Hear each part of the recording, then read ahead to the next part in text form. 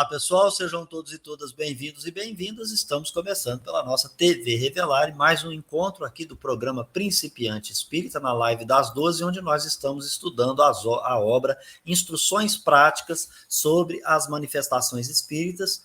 O nosso tema, ele é o vocabulário espírita, pedindo a você que, se quiser e puder, nos apoie pelo Pix ou se torne membro, escolhendo uma das formas aqui que melhor lhe aprovertem. Aqui ao meu lado, Lauro Rodrigues, bem-vindo. Olá. Olá, Beto. Olá, você que está nos assistindo, que está conosco agora, nesse momento, estudando juntamente aí conosco, né, para melhor compreender esse vocabulário espírita. Lembrando que em alguns programas, em alguns estudos nossos anteriores, começamos lentamente falando, né, procurando compreender Kardec sobre esse vocabulário, sempre frisando a importância de compreender as palavras segundo a doutrina espírita é que nós não, né, não estamos falando nada de ressignificar, estamos falando em o sentido da palavra segundo a doutrina espírita, que é o importante, é o que nos interessa, porque quando nós formos dialogar com pessoas, no estudo, ou até mesmo em uma orientação, nós vamos usar as terminologias segundo a doutrina espírita, e aí não vai criar tantos inconvenientes pelo mal entendido, muitas das vezes. Beto, te devolvo isso. Então, que os bons espíritos estejam conosco. Que assim seja, Laurinho. E nesse sentido, é importante dizer que Kardec explica o sentido da palavra segundo o Espiritismo. Estou usando aqui desta maneira. Estou usando uma palavra que já foi apropriada dessa e daquela maneira, mas aqui para nós vamos explicar o uso dessa palavra, né?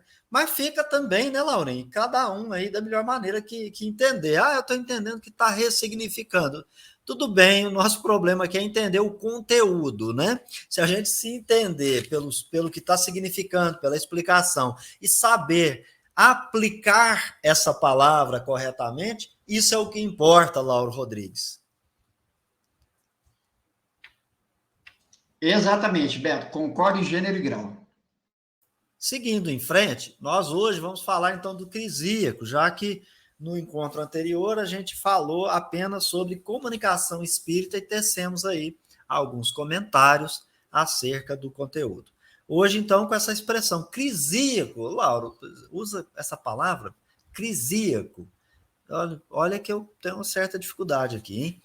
Aquele que está em estado momentâneo de crise produzida pela ação magnética. Bom, mas Lauro, se não se estuda o magnetismo animal, mesmerismo, no espiritismo, o pessoal é muito mais fluidista até os dias atuais do que partidários do conhecimento compartilhado, estudado e compartilhado pelo Mesmer, né? Então, crisíaco desapareceu. Tanto que eu estou te dizendo, olha, não desconheço essa palavra aqui do uso comum. E aí ele explica, né, essa circunstância, essa crise produzida pela ação magnética, se oferece mais particularmente naqueles em que este estado é espontâneo e acompanhado de superexcitação nervosa. Os crisíacos gozam, em geral, de lucidez sonambúlica ou da segunda vista, Laurinho. E pelo simples fato de não entender o significado da palavra, já cria uma crise no estudo. Porque, certa feita, estudando, e a obra O Livro dos Médiuns, e em dado momento vai falar sobre os médiuns e aqueles médiuns que entram em crise, a pessoa disse para mim assim, então a crise é quando o médium sobe na cadeira, bate na mesa, fica nervoso. Eu falei, olha, isso aí é teatro. Não é isso que Kardec está falando. Kardec está falando de crise, é aquele momento em que o médium, você olhando para ele, você sente que houve uma mudança.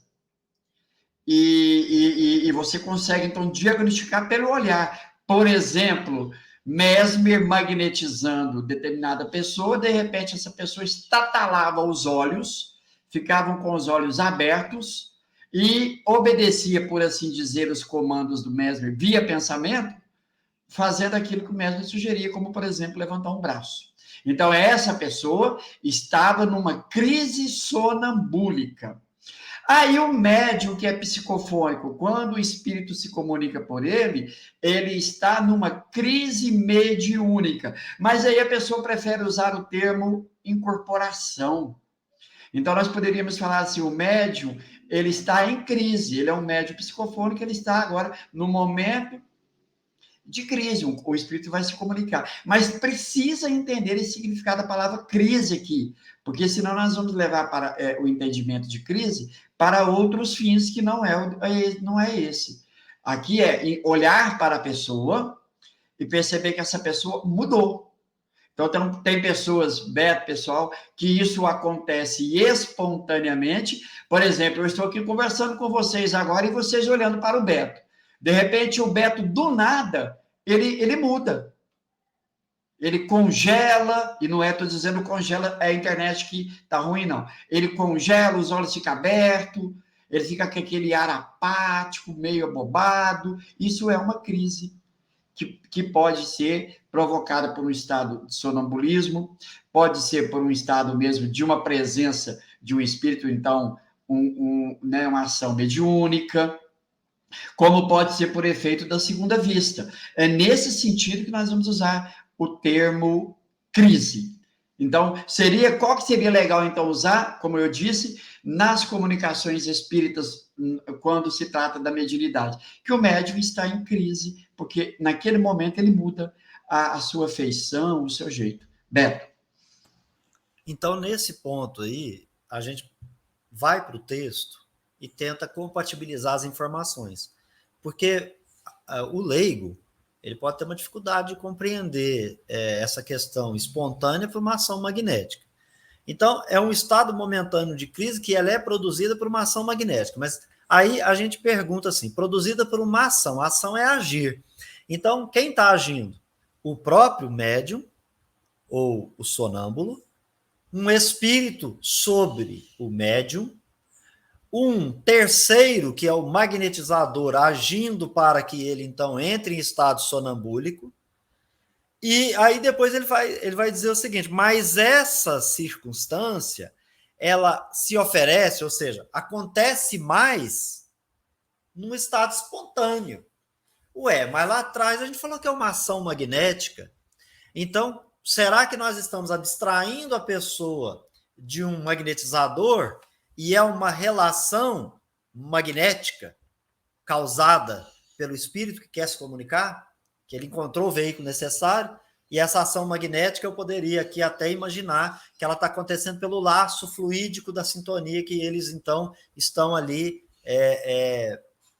que está ocorrendo entre ambos. E aí ele também diz assim, e nesse momento você vai notar uma superexcitação nervosa. Mas então quer dizer que superexcitação nervosa é quebrar a cadeira? Por quê, Laurim? Porque quando a gente fala em crise, na expressão vulgar, as pessoas podem entender o que quiser, mas no léxico, no vocabulário que a gente utiliza para se comunicar, tem vários significados e a gente precisa extrair um que é importante aqui para o nosso estudo. Então, crise, episódio desgastante. Quando o sonâmbulo entra em sonambulismo ou o médium entra ali naquela crise para se comunicar, para ser um instrumento utilizado, manuseado pelos espíritos, fica para ele uma situação um pouco complicada? Eu acho que sim, Laura. Ele fica tenso? Eu penso que sim. Será que intimamente fica uma disputa? Olha, ele tem um espírito que toma conta desse corpo, que precisa desse corpo, que tem necessidade desse corpo para cumprir uma tarefa de viver, se instruir na experiência aqui, na reencarnação, porque é um gênero de prova que ele escolheu para isso. Então, será que talvez aconteça uma certa disputa naquele momento, até que a sintonia mesmo ocorra? Pode existir um conflito, porque crise também é um conflito. Então, ele fica super excitado, mas não no sentido de que ele sai quebrando, batendo e violento. Mas na medicina, Laura, na medicina, é quando, por exemplo, uma doença evolui. Nós não estamos falando dessa crise, nós estamos falando de medicina, de doença. Mas olha que interessante a gente pensar na medicina. O paciente, o doente, ele entra em crise quando ele está passando por uma melhora ou por uma piora. Os dois são chamados na medicina como crise. E às vezes a gente diz assim, não, ele está em crise, está piorando, vai morrer. Porque a gente só vê esse lado. Para os médicos, não. Tanto que também na medicina eles usam a expressão assim, algo que aconteceu importante. E nem sempre importante é para viver, né? É importante tal que está matando a criatura, né? Então ele fala assim, é importante para a gente investigar, mas não que seja uma coisa boa, no sentido de importante. Bom, enfim, depois nós vamos verificar assim, que pode ser um estado de súbito desequilíbrio ou desajuste nervoso e emocional. É disso que se trata? Fica um pouco mais emotivo, mais sensível, né? O uso do carro, do veículo físico, pelo próprio espírito, já fica um pouco mais desgastante, dificultoso. Você falou que fica com os olhos esbugalhados, arregalados, estatalados, enfim, né? Tenso, com os músculos mais tesos e tal. Aí ele vai dizer assim, também usa-se para a eventual manifestação repentina de um sentimento agradável ou desagradável, quando você é amável demais ou está com ciúme. A crise, quando você vacila na fé. Né? A crise, quando a gente está falando assim, olha, está faltando alguma coisa, nós estamos com escassez de grãos, nós estamos carentes de água, é crise. Aí depois nós temos na economia e tudo mais. Mas, na verdade, a palavra crise, etimologicamente, ela é do latim crisis. Né? E isso é momento de mudança súbita e crise é médico, do grego crisis, ação ou faculdade de distinguir decisão em momento difícil. Então, eu acho que nós estamos nesse campo aí, quando o Kardec utilizou a expressão crisíaco para se referir a essas situações aí das quais mencionamos, Laurinho.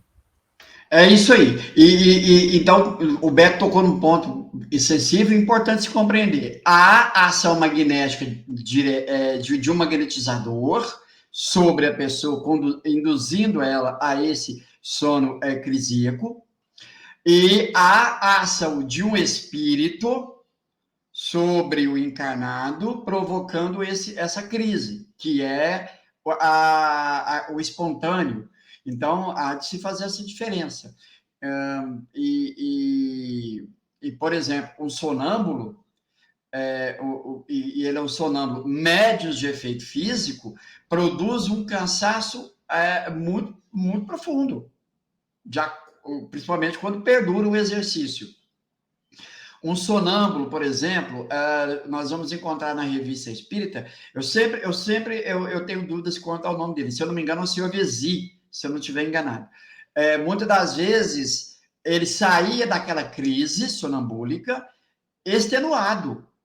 Os espíritos esperavam ele refazer novamente, novamente ele entrava espontaneamente e continuava a comunicação. E isso nós vamos encontrar na Revista Espírita.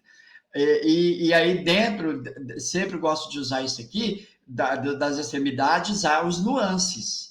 Então tem aquela crise que é leve, há a crise mais profunda. E o Kardec vai tratar, por exemplo, no livro dos médiuns, quando ele vai tratar dos médiuns, aqueles médiuns sensíveis, que por eles, né, se desgastarem muito, é melhor que eles afastem das comunicações de espíritos violentos, pois que isso causa um impacto muito profundo na sua economia orgânica.